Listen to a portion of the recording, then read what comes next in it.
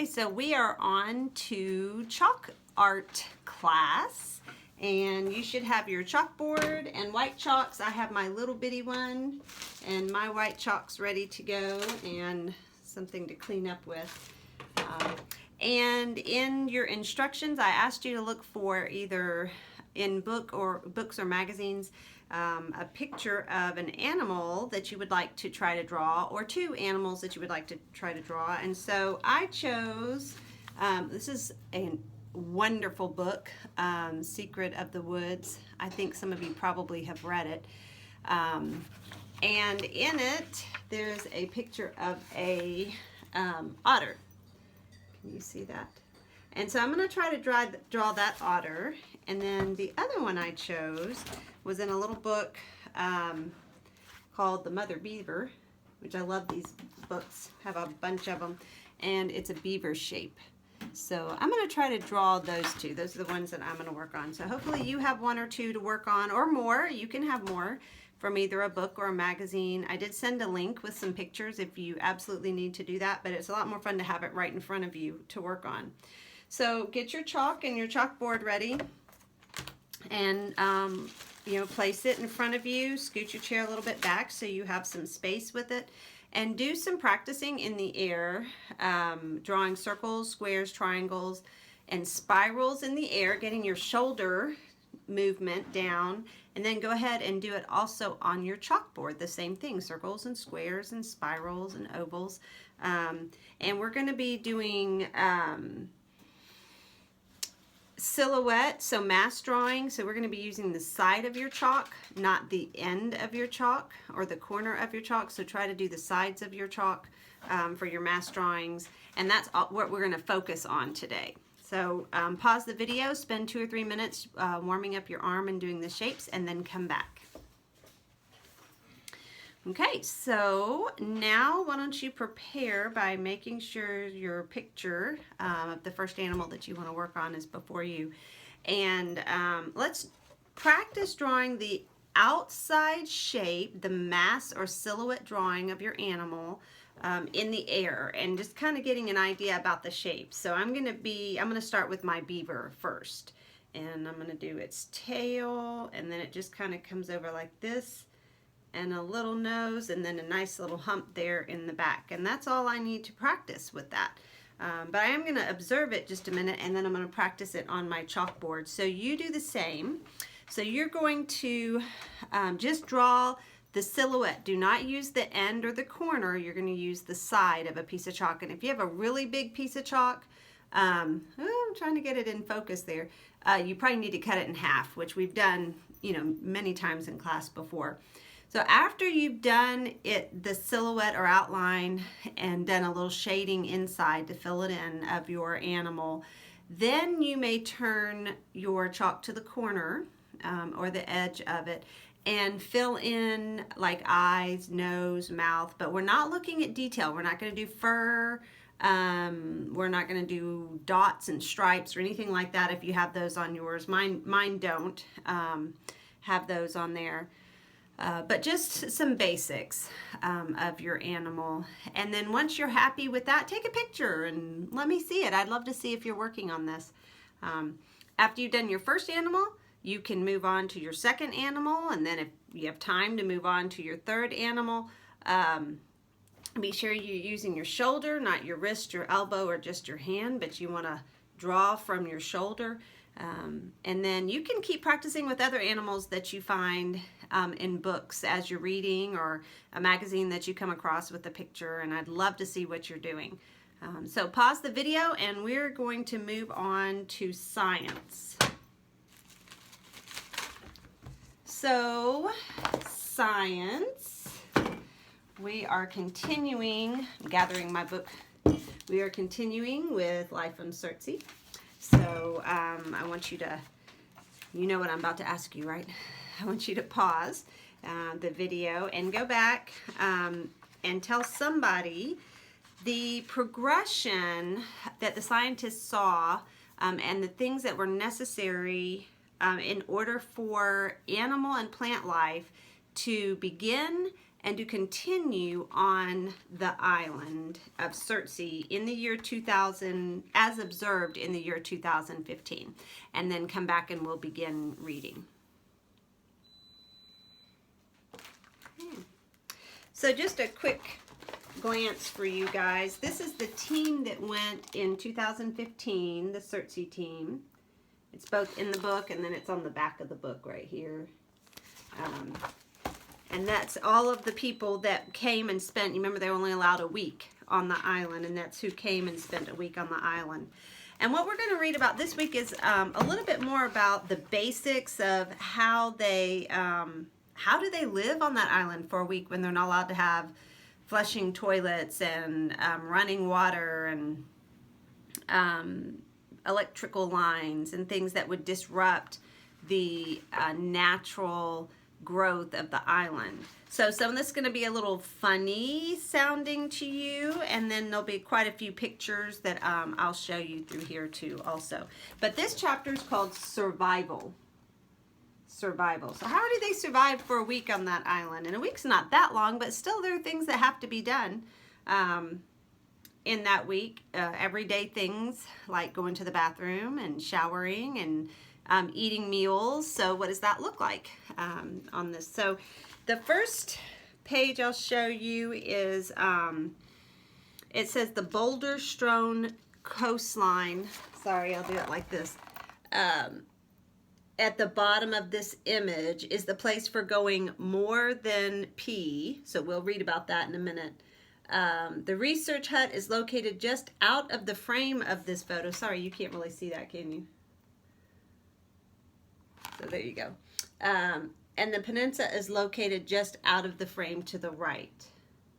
So I'm going to begin on this page, Survival. And there's someone taking notes. By now you might be wondering about bathrooms on Surtsey.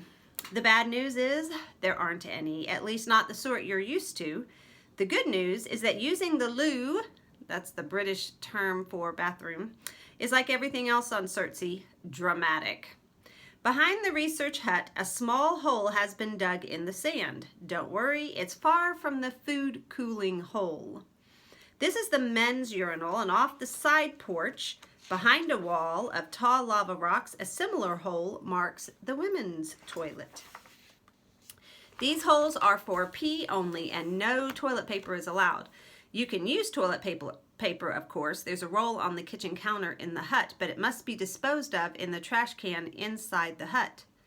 When I was in Africa, that's the way we had to do things too. They had a hole in the ground, and sometimes they had a toilet with a hole, but there was no flushing, and you had to throw your toilet paper away in a trash can or in a bag that you actually brought with you and then threw away somewhere else. So the reason for this disposal of your toilet paper in a trash can is probably obvious. Scientists are here to observe and monitor a volcanic rock as it turns slowly into what we think of as Earth. It's important that they not interfere with the very processes they are monitoring, or at least that they interfere as little as possible. Human urine changes the sand in much the same way that bird excrement does. By being careful about where this urine is deposited, the scientists minimize their impact. But what about number 2? Anything more than pee requires a walk to the Spit, the only Surtsey coast not separated from the ocean by tall lava rocks. Instead, this low beach is edged with boulders that were rounded out and thrown ashore during and after the eruption that created the island. The rocky shoreline just before the peninsula begins is one of the most breathtaking places on Surtsey, but it's also the place for going more than pee. The instructions for using these facilities are unsettling for a first-time visitor. Venture out onto the rocks carefully because they can shift, and find one small enough to lift. Lift it. Do your business into the hole beneath it, and you can drop your used toilet paper in there too, assuming you remember to bring it with you from the hut. Bury everything with the rock you lifted earlier.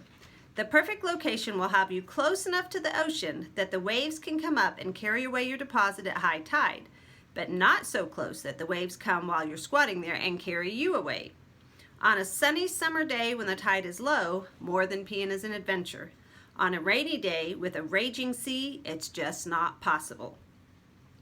So Tuesday, the second day of the 2015 expedition, dawns just that way, rainy, with a raging sea. Erling and Borgpor crawl out of their sleeping bags at 7 a.m. to fire up the portable heater and start making breakfast. As the smell of frying bacon and toasting bread fills the hut, the others wake.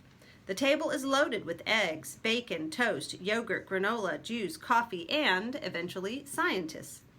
It's a quick meal, though, because everyone is eager to get to work, despite the stormy weather.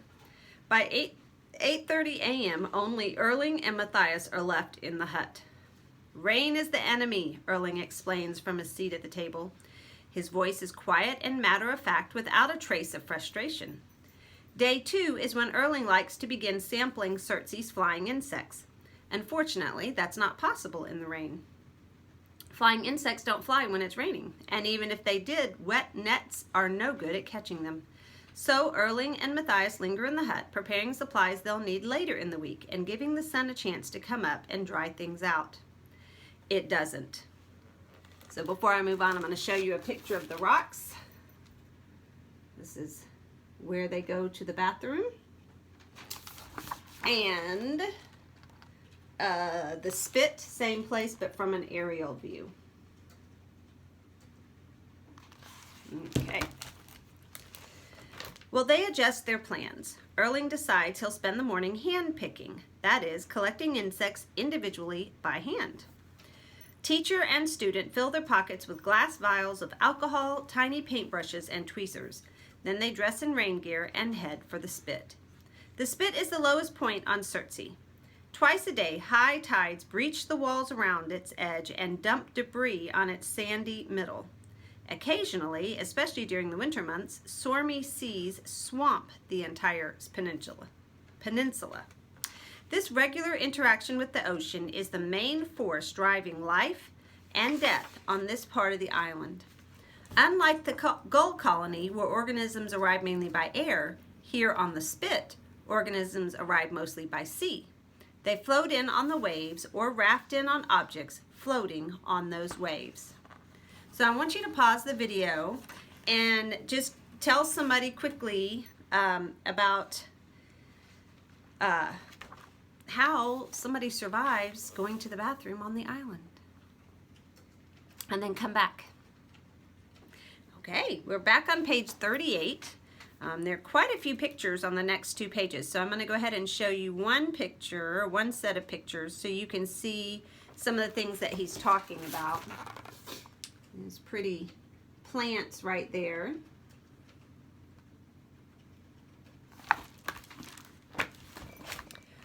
And we'll read on about these plants that have been deposited by either floating in on waves or rafting in on objects.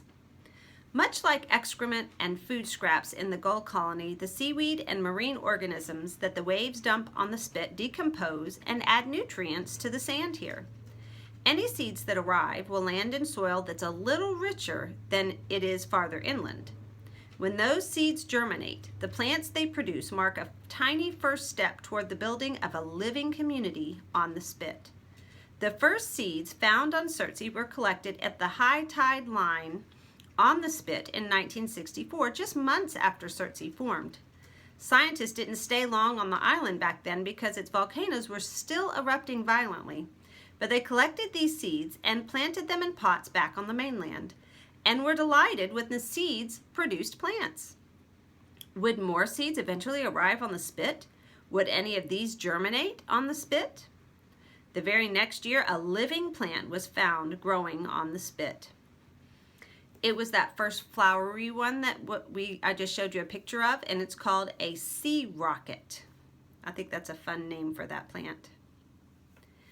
But the tiny pioneering seedling called a sea rocket was soon suffocated by falling ash from the still erupting volcanoes. Then in 1966, a second sea rocket plant was found on the Spit, as well as the plant of a new species, lime grass. That was the bottom picture that looked like just little spindlies coming out. Both plants grew just at the high tide line, suggesting that the seeds came from had floated to Surtsey on the ocean waves. The same seed that brought life to the spit, however, took it away again. The colonizers were wiped out by ocean waves sweeping over the low and sandy beaches, wrote Sturla Fredrickson, the botanist who had found both plants. But each year brought new seeds, and soon several species of plants grew on the spit. Sometimes these plants lived to maturity, sometimes they produced flowers and even seeds. Occasionally they were able to spread their seeds and thus their kind further in on the island. When winters were easy and storms were few, a simple community evolved on the spit. But that community was, and still is, completely at the mercy of the ocean. Waves regularly change the size and shape of the spit.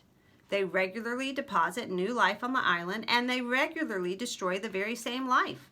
The ocean gives and the ocean takes away. The spit is the place on Surtsey where this is most obvious. So I'm going to show you a picture of, this says things on the spit dramatically changes. So we have this first picture here is from 2009, then 2013, 2014, and 2015, and you can kind of see the changes over.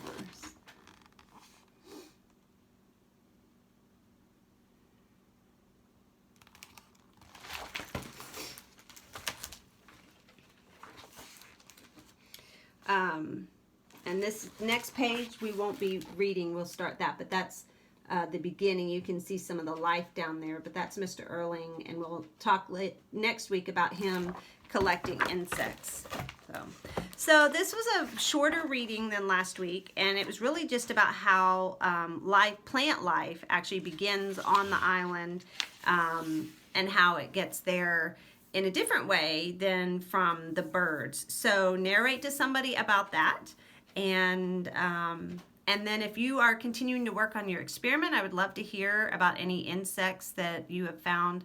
And next week I'm going to show you a series of books that I just ordered from Thrift Books, one of my favorite places to buy books. And you may want to see if your library has them, or I don't know, you guys may have them at your house, your parents may have them, but it talks about looking at life in your yard and in other areas of the world in just a square foot area, and to see what all actually occurs in that square foot area. So I'll show you that book next week. So enjoy the rest of your day, and I will see you next week for Art and Science.